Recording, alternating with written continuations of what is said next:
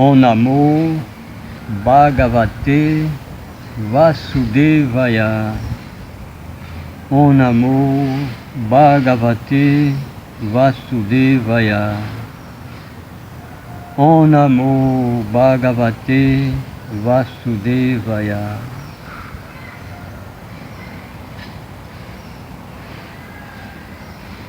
Namastê, meus amigos. O Om nos une à consciência divina e a gente se conecta com ela e recebe as inspirações e as energias necessárias para o nosso trabalho. Om Namah Bhagavate Vasudevaya é uma forma de a gente agradecer a Deus e pedir as suas inspirações, pedir que Ele nos inspire para este momento em que nós vamos falar alguma coisa sobre o yoga. A palavra yoga, como todos nós sabemos, somente para a gente recordar, quer dizer união. No contexto do yoga, é união com Deus, começando pela união da nossa natureza humana com a nossa natureza divina. E através dela, com a natureza ao redor de nós, com o universo e com a suprema inteligência, com Deus. Todos os ramos de yoga, todas as atividades corporais, mentais, emocionais,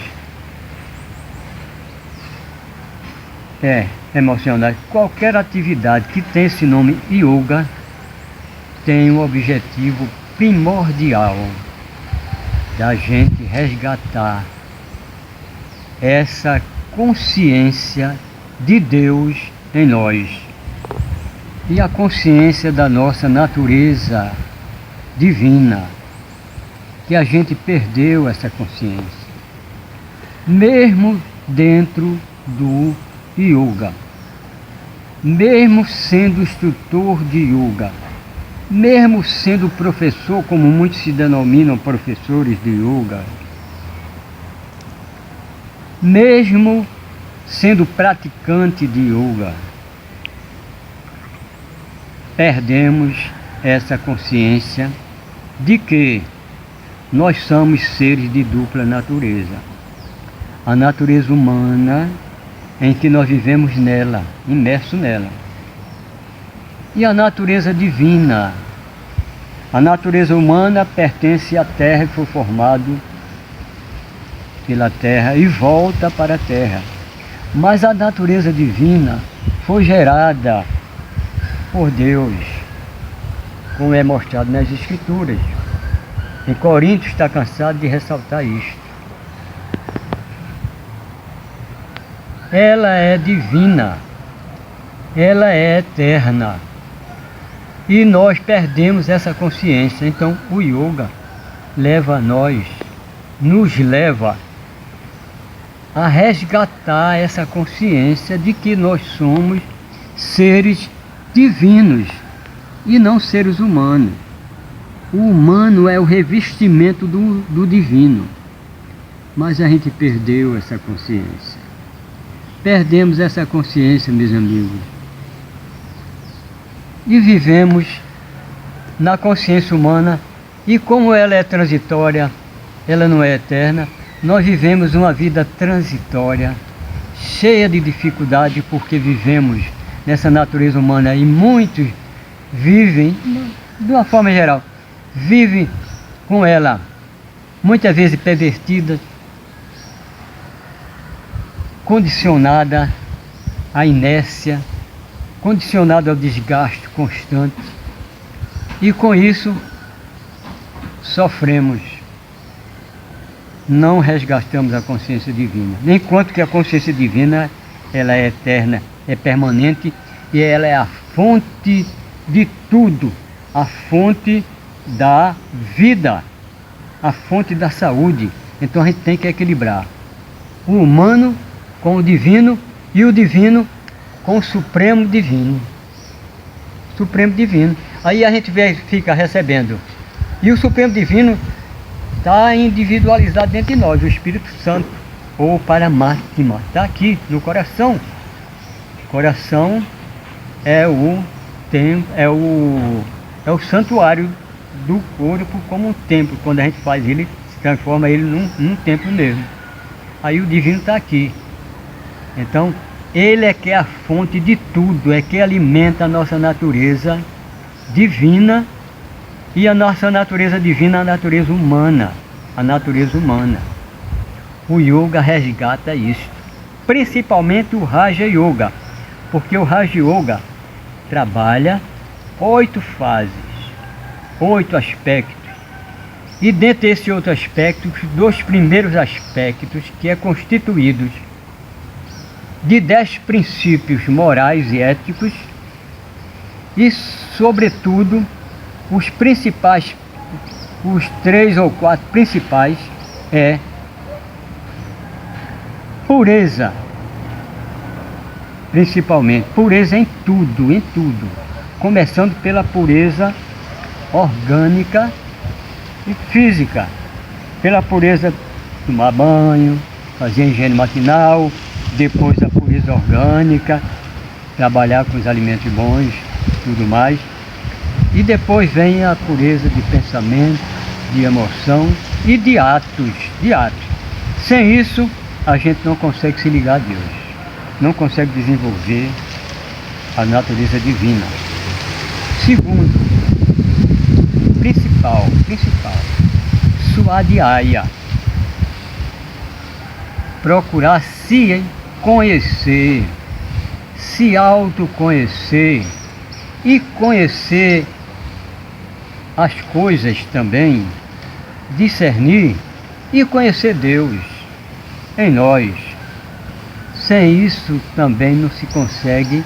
Sem você conhecer Deus, sem conhecer sua natureza, você não pode se trabalhar, não pode trabalhar para unir-se a ela, para resgatá-la.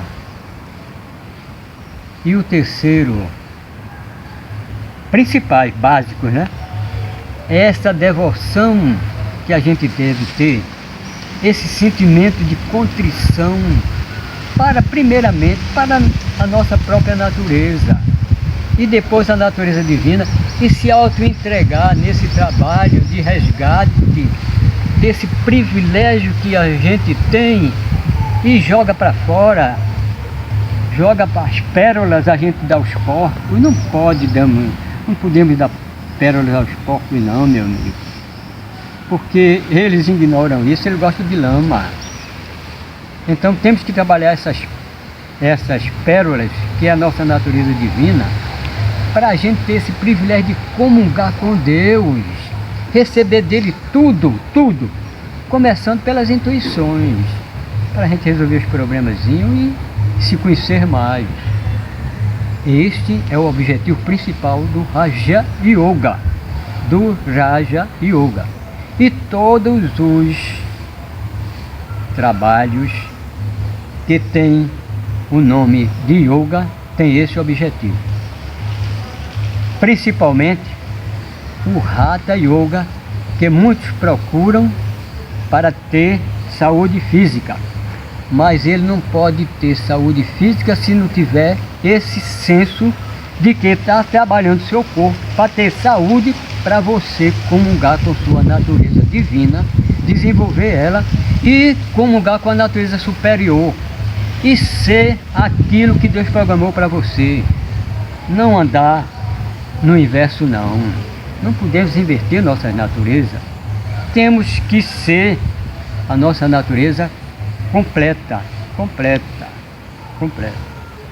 E assim é o nosso objetivo. E agora vamos parar um pouquinho e nos recordar, porque hoje nós vamos fazer um trabalho, se der tempo, nós vamos fazer um trabalho de uma sessão completa, prática do Raja Yoga, trabalhando algumas posturas principais, básicas, que trabalha o corpo para frente, para trás, lateralmente e a torção. Tudo em função da coluna, porque a coluna é o eixo do nosso corpo. Sem a coluna, meu amigo, a gente não faz nada. Não é. A coluna é que sustenta o corpo. Para isso a gente tem que trabalhar ela.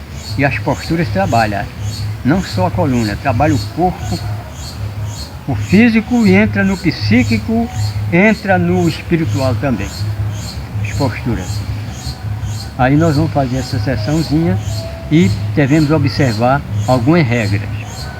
Primeiro a gente começa com o pranayama. E o pranayama tem dois aspectos. O aspecto de purificação, que é o principal, para depois a vitalização. A vitalização. Mas primeiro a purificação. E para a purificação, que eu já falei aqui, a gente trabalha o Dhyana Bandha, ele estático, para esvaziar totalmente os pulmões, limpando os pulmões do dióxido de carbono, e faz uma vez também o Dhyana Bandha dinâmico, para facilitar, trabalhar o organismo, os intestinos, principalmente o intestino grosso, que a gente chama o cólon, para trabalhar a purificação dos intestinos, botando para fora os excrementos que não prestam, que é tirado da alimentação no processo digestivo, né? Que a gente chama de fezes. Ou para fora e acabar com os gases todinho. Então é necessário então que a gente faça esse trabalho de pureza. Depois então a gente faz o trabalho de vitalização.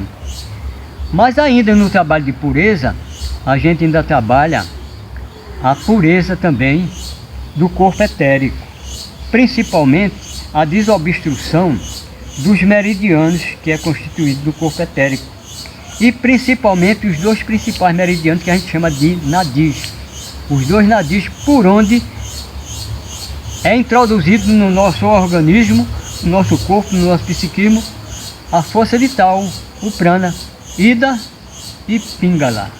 Um solar, positivo, masculino, e outro lunar, feminino, telúrico, né? E feminino. Por onde entra essas duas fases da força da vida, da vitalidade, porque tudo se manifesta na dualidade, inclusive nós, né? Como eu falei, natureza humana e natureza divina. Então tem o masculino e o feminino. E Deus é masculino e feminino, completo, unido. Deus Pai e Mãe, como nós chamamos. Deus é Pai e Mãe. Mas ele se manifestou primeiro como mãe, a mãe cósmica, ou Brahman, que deu início a todo o universo. Primeiro formou um útero e dali gerou todo o universo. E assim a mulher é o exemplo máximo dessa mãe cósmica, a mulher que tem esse poder de gerar um ser. Aí nós trabalhamos então a limpeza desse nadis por onde entra, e a gente faz essa limpeza, eu vou dizer, com Vamakrama. Depois então a gente entra com os três principais, os quatro principais pranayama. Aí vai trabalhar ele com isso, certo? Agora a gente começa, antes de dos asanas. Não siga o exemplo de Iyengar, no livro dele, A Luz do Yoga. Não siga esse exemplo sobre pranayama, não. Nem siga o exemplo também de Teótia, no livro Yoga e Saúde. Muito bom, ambos são bons, mas não tem regras de praticar as posturas, nem o pranayama. E no livro Yoga e Saúde confunde o pranayama. Ele coloca como principal no Yoga e Saúde. Eu estou dizendo porque eu divulguei esse livro, fui canais de vender esse livro, divulgar, eu não conhecia ele, mas ele tem erros crônicos, erros graves ali no pranayama. Ele descreve 2 pranayama, 3, que não deve fazer, nem deve praticar ele, mas ele coloca como principal. Eu acho que ele depois se descobriu. E também as posturas, tanto nele como nele, e tem outros aí que faz sem o pranayama. Toda postura acompanha um pranayama. E a gente entra então depois nas posturas. E as posturas, como eu estou dizendo aqui, é acompanhado com pranayama. Por que é acompanhado com pranayama? E o que é que quer dizer acompanhado com pranayama? Porque toda postura, ela é feita acompanhada com uma inspiração que deve ser lenta e profunda, ou uma expiração que deve ser também lenta e bem prolongadamente, e uma retenção. Quando a gente chega na postura, retém a inspiração ou a expiração. Se for postura que peça uma expiração, que é uma postura negativa de purificação, aí a gente se mantém na postura enquanto puder manter a expiração retida com os pulmões vazios. Para depois, para desfazer a postura, a gente desfaz inspirando lenta e bem profundamente, e vai desfazendo e relaxando. Essa forma de você inspirar lentamente, reter e expirar bem suavemente, acompanhando a postura, ou não acompanhando, fazendo como nós vamos fazer logo o pranayama, é que se chama pranayama. Distingue de um exercício respiratório. Se você faz a respiração profunda sem reter e sem ser feito lentamente e profundamente, e quando você soltar rapidamente, você não está fazendo pranayama, porque o pranayama é o controle, é o domínio do prana pelo controle da respiração. Então a respiração passa de involuntária para voluntária, e sob o comando da nossa vontade. Para quê? Porque ela normalmente, como a gente está aqui respirando normalmente, a gente está respirando somente 1/3 da capacidade dos pulmões, por causa da nossa vida constante de atividades. Aí vai enrijecendo os músculos, enrijece essa musculatura daqui, e essa musculatura faz a gente ficar assim, ó. A tendência é essa, eu também tenho essa tendência, mas de vez em quando tem que fazer assim, abrir aqui, porque alonga a musculatura, ela deixa estar encolhida, e a musculatura encolhida puxa as vértebras, a caixa torácica fecha, e os pulmões, como são esponjosos, e inclusive os alvéolos pulmonares, que são aquele cachinho de uva parecido, né? Que são os acumuladores, ele diminui a capacidade de absorver de uma forma natural. Até o diafragma também, o diafragma que promove o enchimento e esvaziamento dos pulmões, né? Até ele também se encurta. E a gente encurta a respiração, meu pai. Escolheu a respiração, a gente está absorvendo pouca vitalidade. E absorvendo pouca vitalidade, e a gente está vivendo pouco. A gente está se adoecendo. Enfermidade, porque respirar pouco é uma enfermidade. Enfraquece o poder imunológico, e a gente não tem como combater o vírus, nem as bactérias, nem os fungos. nem os fungos, como agora, estão vendo a importância da respiração para combater, estão buscando aparelhos para promover a respiração artificial. O quanto é importante a respiração, porque a gente não se previne trabalhando a nossa respiração, gente. Deixamos de ser ignorantes. Deixamos de ser ignorantes. Ignorante é o seguinte, é falta de conhecimento. Procuremos o conhecimento sobre aquilo que a gente é. E o que precisa, a gente tem a força, temos o poder. Confie nesse poder. Confie nesse saber. Porque esse saber e esse poder todo mundo tem. Mas a gente passa por ele, não procura compreender e sofre. Não soframos. Vamos encerrar esse videozinho para a gente iniciar outro com as posturas. E namastê. Essa foi a introdução para o vídeo não ficar muito grande e você não poder passar mais facilmente para outras pessoas.